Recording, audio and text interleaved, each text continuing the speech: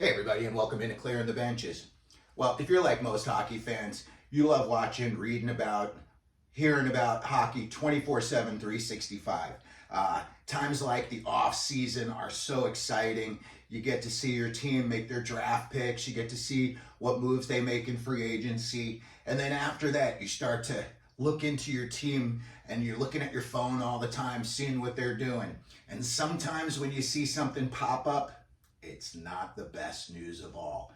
So for today, we are going to tell you about, in our opinion here at Clearing the Benches, the top 10 most disappointing stories so far in the 2023-24 season. Now, before we get to those disappointing things, we're going to get to two things that are far from disappointing. One is our sponsor, SunshineGirlsAZ.com. They've got a great selection of shirts for girls, for guys, for kids, funny saying shirts, shirts with hockey stuff on it. So SunshineGirlsAZ.com is definitely a place that you can find something for yourself fun to wear. And then another thing, there's a Facebook page that I just wanted to give a shout out to, Oilers After Dark. Sometimes when I'm peddling my wares, I go to some Facebook pages and ask if I could post Clearing the Benches on there. And I have to tell you that the people at Oilers After Dark, the people who run it, the fans are just very passionate and knowledgeable. And, in a rarity, they're all very friendly. So if you are an Oilers fan and somehow you don't know about this Facebook page, Oilers After Dark, I would definitely say, give them a look. And if you're just a general hockey fan and you just want to talk to other nice hockey fans, I'm telling you, there's a lot of really nice people over there. Oilers After Dark. And believe me, earlier in the year, they were letting it rip. They're not one of those teams that just thinks it's all, a fan base rather that thinks it's all rainbows and unicorns. So Oilers After Dark. If you're a hockey fan, definitely give them a look. Now, speaking of the Oilers, amazingly, in the first month of the season, in the most disappointing stories of the season, they would have been right at number one. Now, we're looking at maybe 5 months later, they are not even going to be on this list. They have done the biggest turnaround, in my opinion. They have been a great story. Unfortunately, it cost Jay Woodcroft his job. But Chris Knobloch, any Ranger fan knows this guy did a great job down in Hartford. And most Ranger fans were disappointed when they saw him going out to Edmonton. They thought possibly he would be the next coach if it didn't work out with Laviolette. So today, I'm going to talk about the top 10 disappointments, and the number 10 disappointment that I have on my list is going to be the Columbus Blue Jackets. I think it started to unravel even before the season started. I am just like everybody else. I didn't think Mike Babcock would be back in the NHL after all of his previous transgressions, and then yet here he was. And I think that shocked the hockey world. But what didn't shock the hockey world was what he went out and did. He wants to get guys giving up their phones, seeing what their social life's all about. I don't know. That's just borderline creepy. They've just basically faded into obscurity. No one really talks about Line. No one talks about Johnny Gaudreau. Severson was a big signing in the offseason. I really think, even Fantilli, and then they had Kent Johnson from last year. I thought for sure that they would have taken a step in the other direction, but nope. They are the number 10 most disappointing story so far, 2023-24 NHL. Next up, and this one here is going to draw a lot of fire from a lot of people, and I'm going to say, I think Patrick Kane signed too early in Detroit. I think they could still turn it around. He personally is doing well, but as my wife refers to it now, the Kane curse.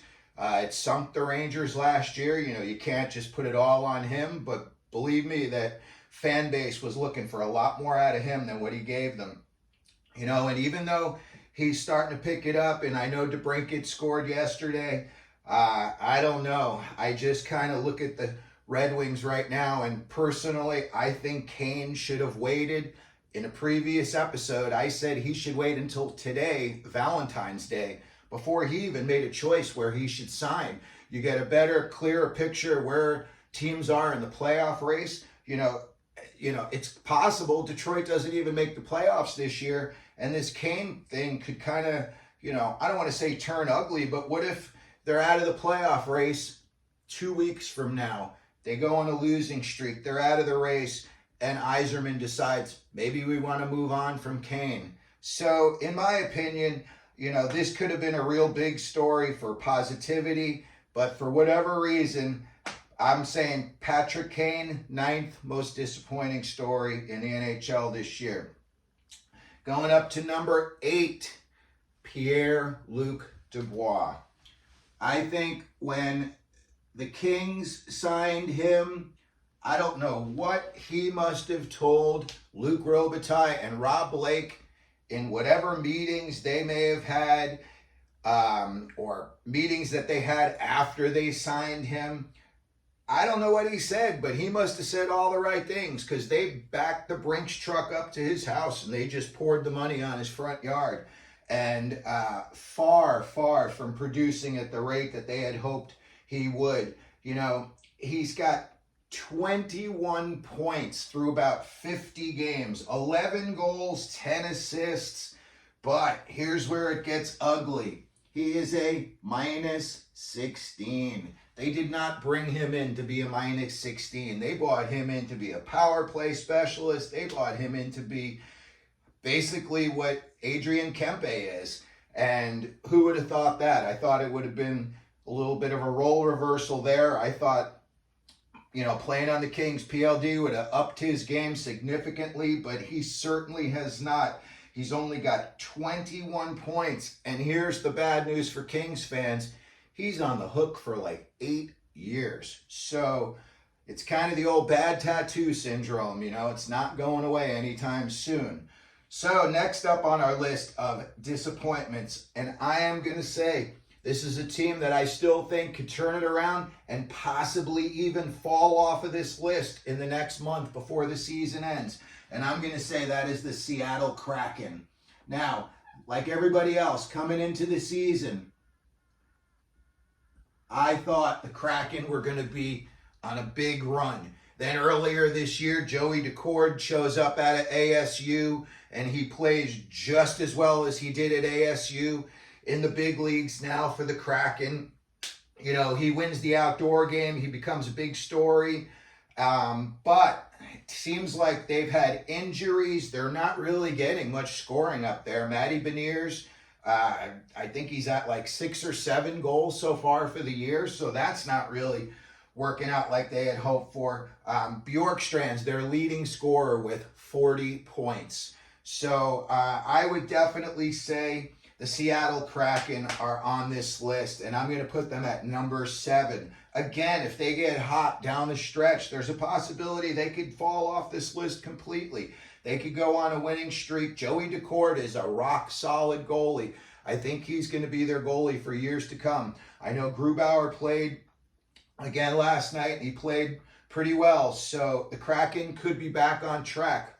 But for now, all things considered, where everybody thought they would be before the season started, number 7 on our list of top 10 disappointments in the NHL.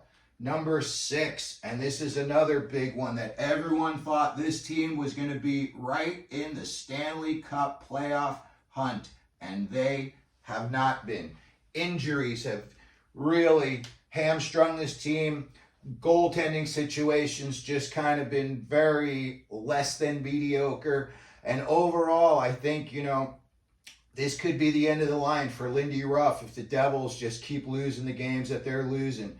Number 6, the New Jersey Devils. Everyone thought that they were going to be in the Final Four going into the season. I know personally, I was, as a Ranger fan, very concerned that this team could steamroll the Rangers again in the playoffs like they did last year. So, the injuries to Hamilton, Heischer, Hughes, And, now even Hughes back in the lineup, it's not really working out so well. I think they missed their guys on D. I think when they let Severson go, I think he played a much bigger part in stabilizing that back end than people thought.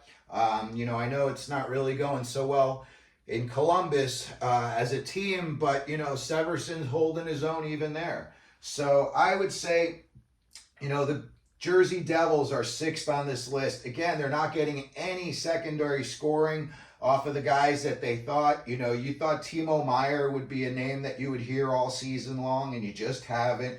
Dawson Mercer was another name you heard a lot last year, but you just haven't heard much of this year. So Jersey Devils, 6th on the list. Next up on my list, I am going to say the Ovechkin goal chase. I would have thought by now Ovechkin would have had a few more goals than he's got. I think he's up to 14 right now. But considering coming into the season he needed 73, so he's still looking at 59. I mean, this thing has just come to a crawl. I know he's got goals in his last 5 straight games, so, he's definitely heating up. I don't know if I would highly doubt that the Caps are going to be buyers at the deadline. And heaven forbid I even say it, but man, does Ovechkin look at this lineup and think that they're going to win anytime soon? Does he maybe say, hey, if some team called about me, if a team like Vegas called and offered something to Washington, is there a possibility Ovechkin could get traded at the deadline? I'm not going to say it's 50-50, but it's not out of the realm either. If you woke up and they said Ovechkin got traded last night, would not shock me, that's for sure. But I would say this has been a disappointing story so far. Everybody thought coming into the year, if he scored like 35 goals and then 35 next year or 36, 37, he could possibly catch Gretzky by the end of next year. He would have to light it up next year to even come close. So I'm going to put Alex Ovechkin in the goal scoring chase at our 5th most disappointing story so far this year. And then next up, I am going to go with the NHL officiating. In my opinion, the officiating this year has been terrible. Okay? I don't know what is going on with these linesmen, but sometimes you see 2 guys line up for a face-off, and one of the guys is barely even bent over, and they already toss him out of the face-off. If I were a team, I would almost put a guy in there that I don't want taking the face-off because it's like he's going to get thrown out for doing nothing. I go to a lot of games, and I said, am I going to have to start keeping track of all of the times that the linesman goes like this, the fake face-off, and then he throws a guy out. I'm not 100% up on the rules, but it used to be that the away team, the face-off guy had to have his stick down in the circle first. That's gone out the window. Maybe they changed the rules and I missed it, but I know that was a big stickler for a long time. So officiating, it's just been from game to game. Something that's a penalty in the first period is not a penalty in the third period. Sometimes you watch a game, in the afternoon, 4 o'clock, and then you see something that happens, and then it happens later on in the 7 o'clock game, and it's a completely different outcome. I think the whole goaltender interference thing has just become a farce. There's no consistency as far as the NHL officiating goes this year. And just as a fan who goes to a lot of games, that watching the linesman thing where they're throwing guys out, it's almost got to be like at 40 to 45% that they're tossing these guys out of the face-off circle. And a lot of times these guys look and they say, I didn't even do anything. I didn't even have my stick down yet. How could you throw me out?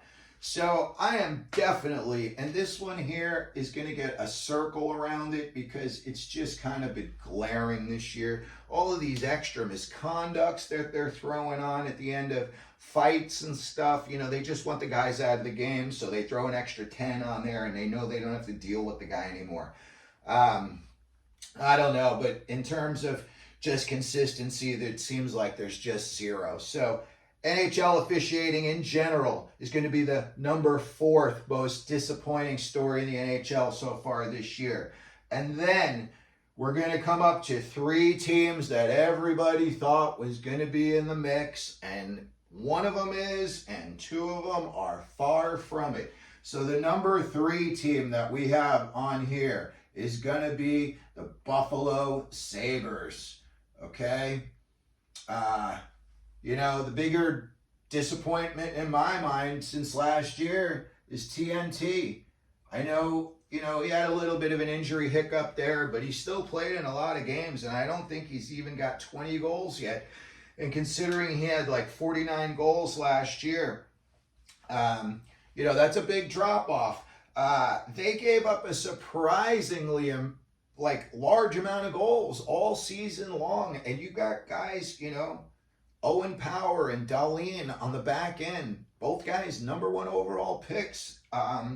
You got to tighten that up. And again, maybe Don Granato is going to get fired in Buffalo, and maybe he's going to take the summer off, but I would almost imagine he'd be coaching back in the NHL as early as next year. He's too good of a coach. I think if he went to a team that had a little bit more of a winning pedigree. I know they're trying to get Buffalo in the playoffs, and it's all trying to be about, starting over fresh for the Sabres, with a new outlook on life. But they're not doing it this year. And I look at the names on that team, and you got too many big names on that team. Dylan Cousins, another guy, had a disappointing year this year. There's still 30 games left. I know he scored last night in the big blowout of the Kings, but I'm just going to say, I think Buffalo is just a team that everybody thought for sure was going to be in the mix all season long. And again, at the playoffs, for sure, everyone thought they'd be in the top 8.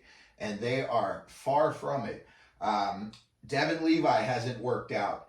And I think just in general, they may have to make a trade of a big name guy on that team just to shake things up. Maybe a guy like Krebs gets moved, or maybe even Okposo moves along.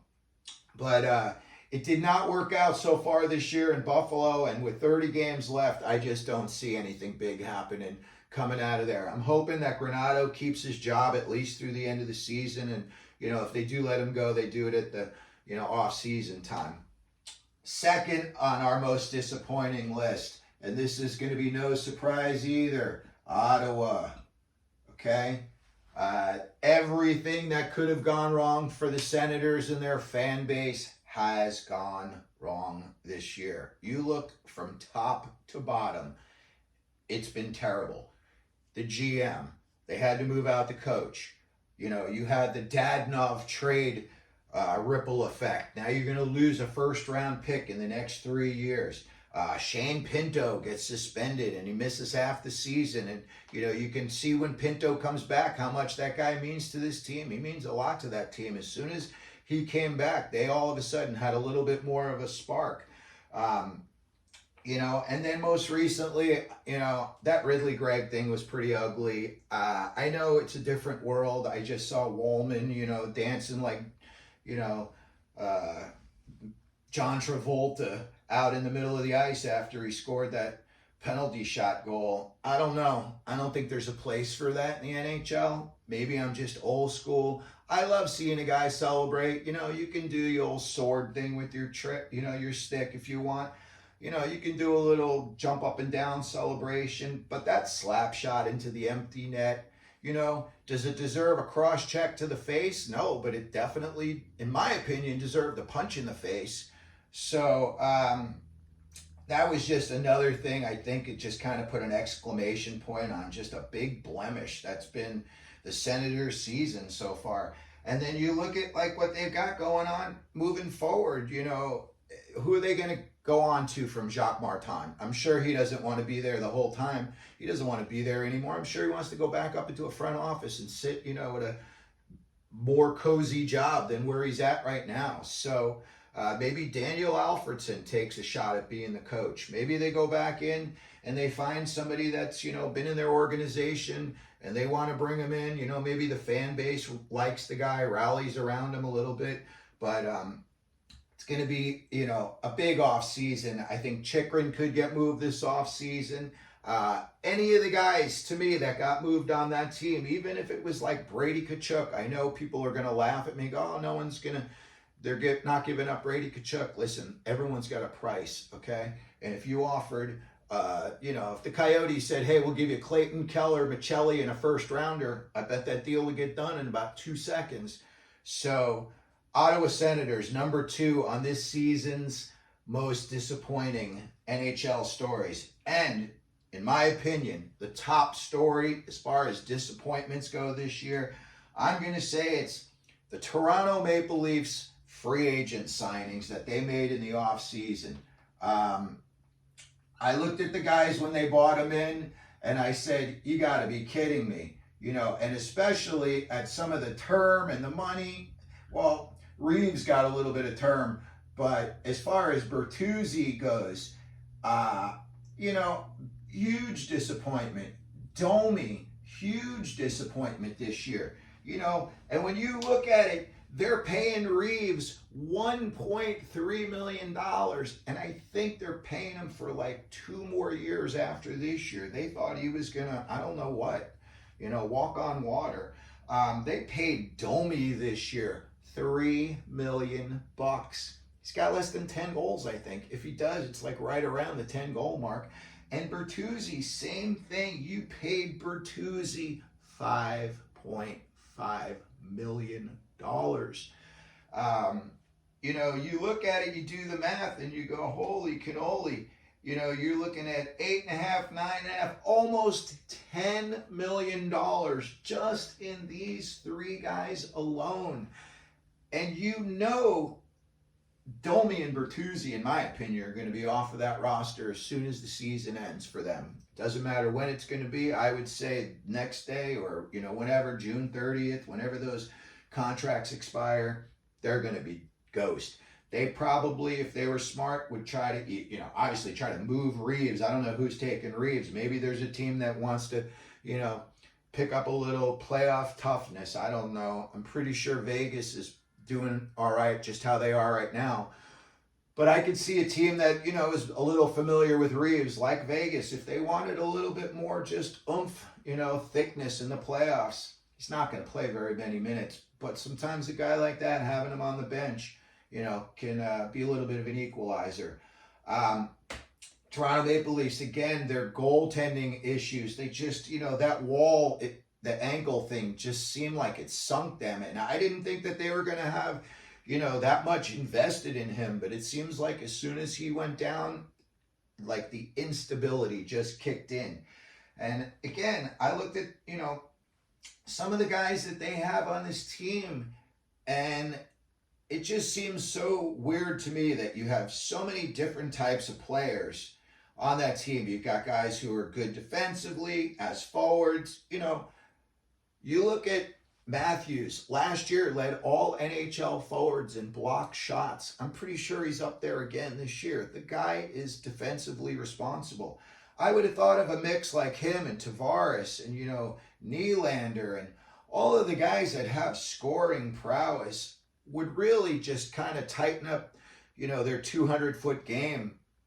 And for whatever reason, it just hasn't happened this year in Toronto. And they are in a big win 4 game, lose 4 game mode right now. And I'm just looking at teams that would make the playoffs. And if Toronto would make the playoffs, I couldn't see them going very far. Maybe if all of those guys got like red hot and their goaltending kind of, held them together, maybe I could see them getting through a round. Maybe, I could see them in the second round being competitive. But when it comes down to it, I don't think that they're going to be able to compete, with the Floridas or the Vegases.